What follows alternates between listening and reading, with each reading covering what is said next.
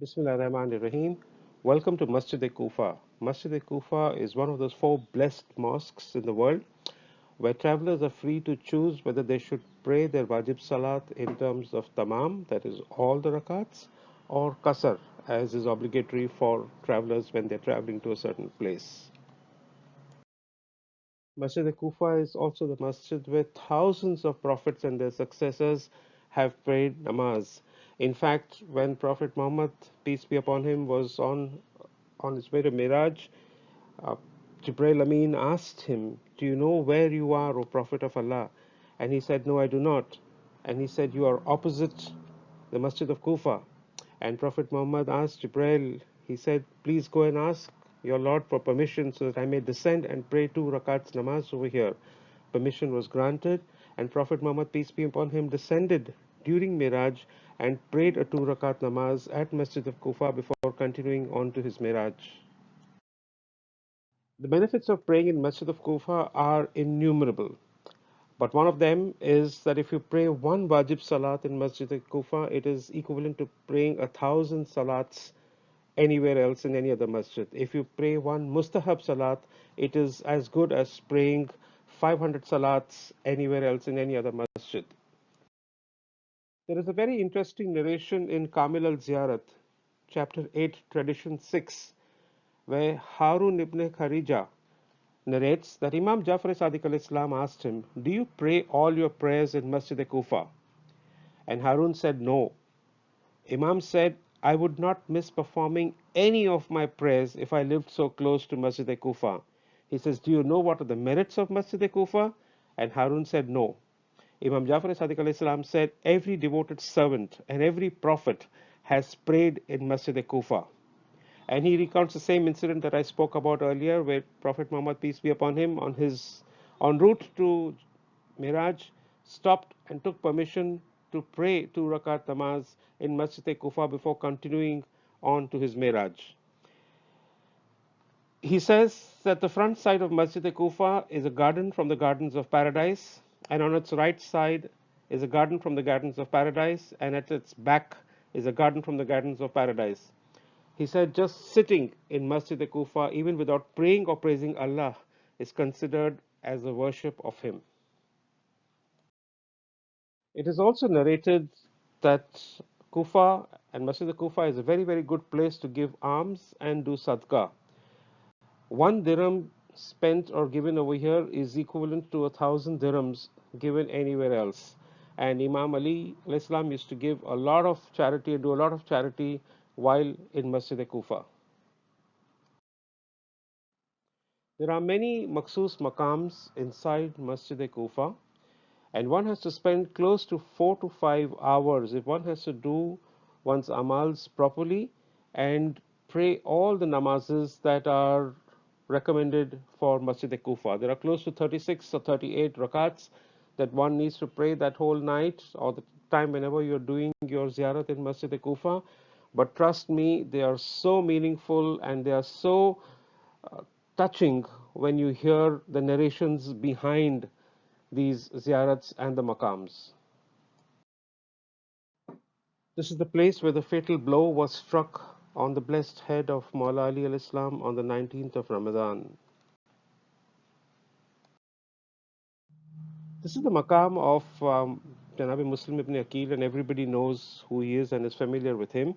But there is a very interesting chapter in the book called The Hidden Truth About Karbala by A.K. Ahmad, chapter 16, and he talks about in detail the role and the relationship that Hazrat Muslim ibn Aqil had with Imam Hussain alayhi salam. Highly recommend the book. I would also recommend that you read the translation of the Ziyarat of Hazrat Muslim ibn Aqil very, very carefully, where there are some very, very touching words when you visit the grave of Muslim ibn Aqil and you say, "As I am visiting you, I recognize your right. I am submissive to you. I am imitating your course and I am preparing myself for supporting you until Allah judges, and He is the best of all judges." Beautiful lines. This is the maqam of Hani ibn Urwa. He gave shelter to Muslim ibn Aqil and was also slain by the governor at that time. You almost feel as if history is coming alive in this one place called Masjid Kufa. From Maqam Nu to Maqam Rasul Khuda to Maula's seat of judgment, this place comes alive with history. I mean, you can almost feel that you're in a time capsule and you're understanding Islam from inside through Masjid Kufa.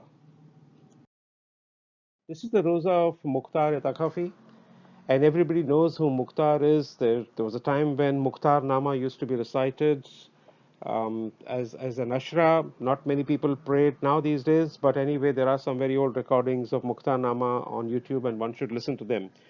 Mukhtar is also called the Avenger. It is reported that Mukhtar managed to bring to justice about 18,000 killers of Karbala during his time as the governor of Kufa. Mukhtar's wife, Umrah, was also a very, very holy person, and she was asked to disown herself in order to save herself. She was told to disown her husband to save herself. I will not disown him, she said. He fasted during the days and spent his nights in prayer. He sacrificed his life for Allah and His Messenger and took revenge on the killers of Imam Hussein alayhi salam, she said. You will be killed, she was told. She replied, to die a shaheed is better than this world. I shall die and enter Jannah. I prefer this to anything else.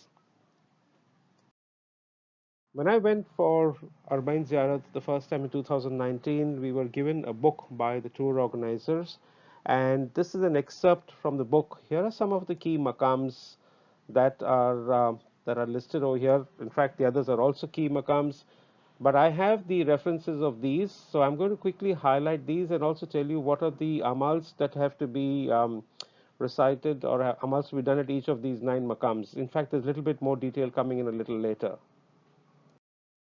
Here's a brief overview of the first 5 maqams that I have listed in that map um, that I have accepted from the book. Please, I would suggest that you get into detail and do some research because there's lots that can be done in Masjid-e-Kufa in terms of amals. Here are some more amals, and finally here's a link. The last one is a link to duas.org, where you can actually download in PDF all the amals of Kufa, Masjid-e-Kufa, and you can go through them. It would be highly recommended to go with a Maulana, somebody who's local or somebody who's familiar with all the amals. There are also khadims present in Masjid-e-Kufa who recite the ziyarats for a small fee, for a token amount, but they make sure that you are able to recite all the 8, 10, 12 ziyarats that are necessary, and they recite it for you, and you can recite after them. So please do use their services also. Since we are now living in a world of apps and everything happens on phones, there is an extremely nice app on Android which is available. It's called Raz and Niyaz, and lots of excellent resources in that app. So in fact, I did not miss carrying my book this time because I had the app with me, and I could go through the duas, the amals, the ziyarats, and if you go through that app, very clearly they have a brilliant map of Masjid Kufa and everything that you need to pray before entering, as you enter, which are the maqams you should go to in what sequence, and what are the ziyarats at each maqam. There's some fazilats that are written about each maqam. There are some narrations about each maqam. So this app is really, really nice. I highly recommend it, and it gives you a lot of information. So all the best. And as I said, it is one of the most brilliant feelings to spend the whole night in Masjid Kufa, hear the sound of the azan early morning, and then pray the Fajr namaz, and you can see the break of dawn. And the photograph that I shared in the beginning, it's the sunrise from inside Masjid Kufa. What a feeling! So nice. Salawat bar Muhammad wa ali Muhammad. Allahumma salli ala Muhammadin wa ali Muhammad.